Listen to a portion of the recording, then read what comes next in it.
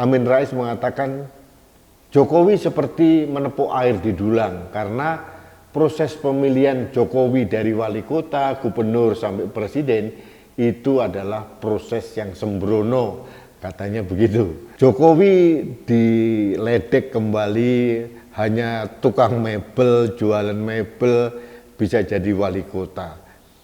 Ini benar-benar melecehkan profesi. Benar-benar melecehkan profesi. Memang kenapa kalau tukang mebel jadi presiden? Bayangkan selama 8 tahun ini Presiden Jokowi memimpin Indonesia. Hanya orang buta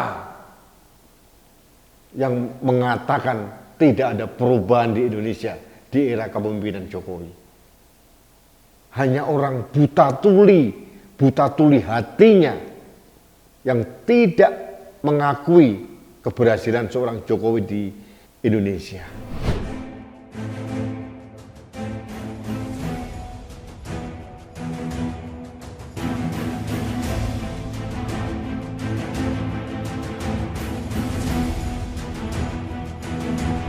Halo sahabat Indonesia, kita bertemu kembali dalam Opini Rudi edisi hari Minggu.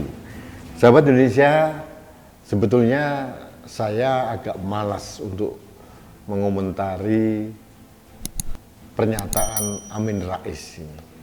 Tapi Mbah Amin ini memang menurut saya keterlaluan sih. Nah, ceritanya begini.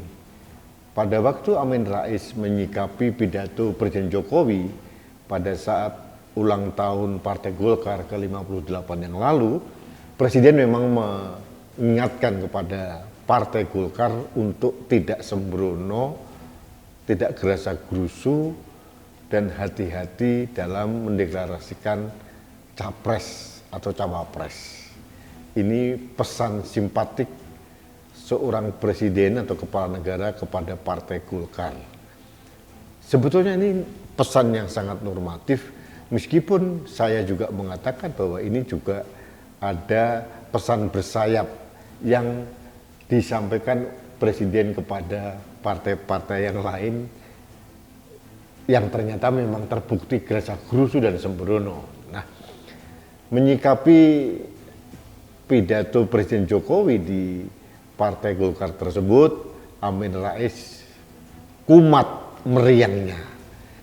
Amin Rais mengatakan Jokowi seperti menepuk air di dulang karena proses pemilihan Jokowi dari wali kota, gubernur sampai presiden itu adalah proses yang sembrono, katanya begitu. Jokowi diledek kembali, hanya tukang mebel, jualan mebel bisa jadi wali kota.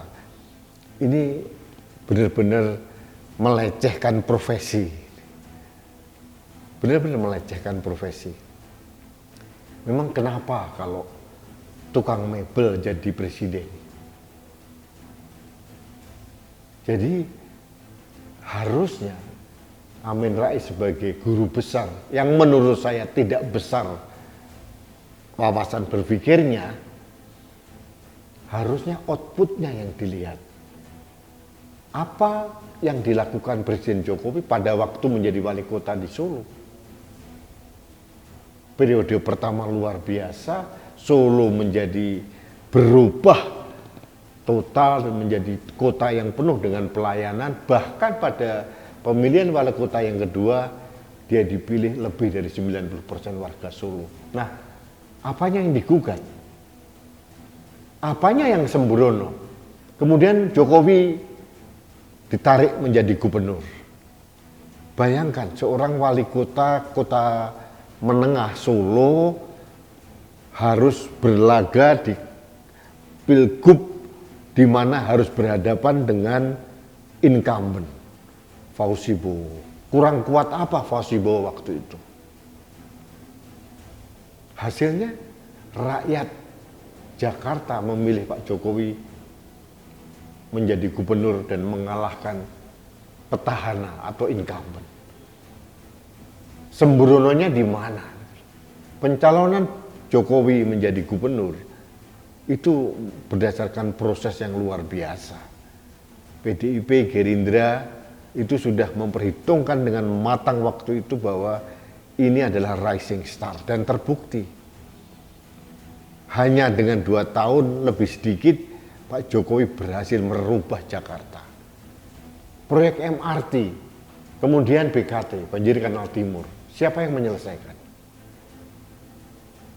Nah, terlalu banyak jejak perubahan yang dilakukan oleh Jokowi, termasuk pada aspek pelayanan dari semua lini di Jakarta.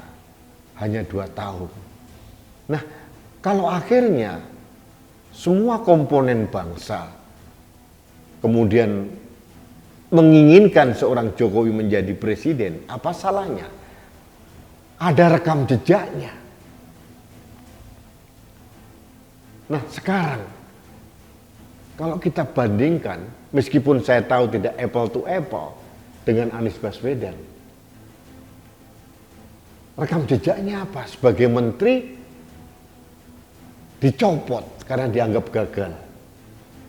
Sebagai gubernur Jakarta, hasil dari proses politik identitas, dan ternyata selama 5 tahun Jakarta biasa-biasa saja.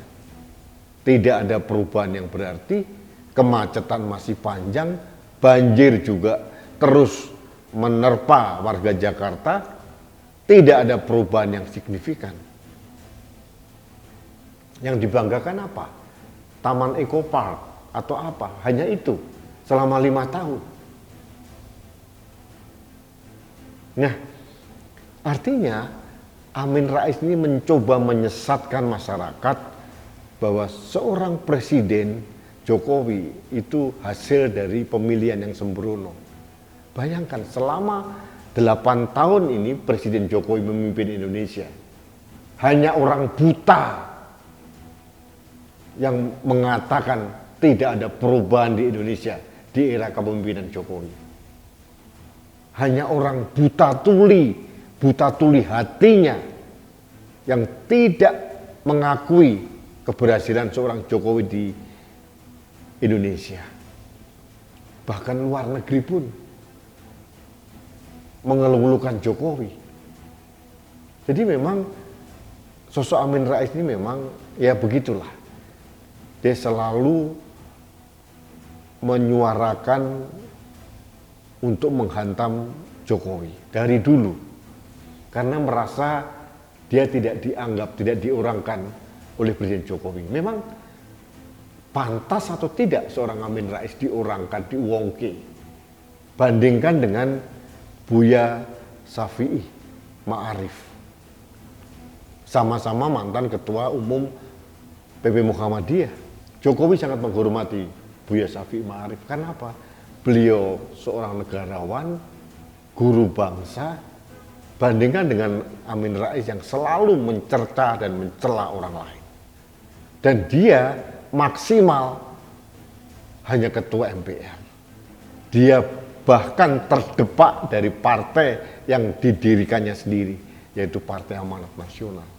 Sekarang kan mendirikan Partai Umat dan menunjuk menantunya jadi ketua umum. Jadi partai oligarki seperti Partai Umat ini menurut saya tidak layak lah memberikan komentar seperti itu. Dan saya sebagai warga Indonesia dan anak bangsa menentang penilaian Amin Rais bahwa Jokowi adalah hasil dari proses pemilihan yang sangat sembrono. Karena nyata benar bedanya. Bandingkan dengan 10 tahun kepemimpinan presiden sebelum Pak Jokowi, hasilnya Indonesia bisa seperti sekarang.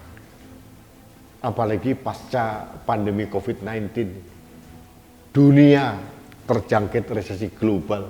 Alhamdulillah, wasyukurillah, Indonesia masih tegak berdiri aman. Artinya capaian Presiden Jokowi beserta timnya itu sudah berhasil membangun fondasi yang kuat untuk perekonomian Indonesia. Sahabat Indonesia, ini saya katakan bahwa kadang-kadang seorang politisi seperti Amin Rais itu memakai kacamata hitam dalam menilai lawan politiknya. Dan Pak Jokowi sudah dudukkan di pihak yang berlawanan dengan Amin Rais, sehingga apapun yang dikatakan, dikerjakan oleh Presiden Jokowi selalu dianggap tidak benar di mata Amin Rais. Padahal menurut saya penilaian Amin Rais adalah penilaian yang sangat sembrono karena tidak sesuai dengan fakta dan realita yang sebenarnya. Baik sahabat Indonesia, demikian counter narasi saya menyangkut pada opini Amin Rais terkait penilaian kepada Presiden Jokowi. Bukan karena saya membela Pak Jokowi mati-matian, bukan. Saya bukan buzzernya Pak Jokowi. Saya tidak pernah menerima uang 1 rupiah pun dari Pak Jokowi maupun timnya. Saya hanya ingin belajar untuk objektif, mengatakan merah itu merah, hitam itu hitam, putih itu putih. Jangan menyesatkan publik seperti Amin Rais, bahwa seolah-olah kita mempunyai kepala negara dari hasil yang sembrono. Ini adalah penilaian Amin Rais yang paling sembrono menurut saya. Baik sahabat Indonesia, kita bertemu kembali dalam opini Rudi selanjutnya. Salam hormat saya untuk Anda sekeluarga. Selamat menikmati hari Minggu. Salam satu Indonesia, salam Pancasila. Saya Rudi SK.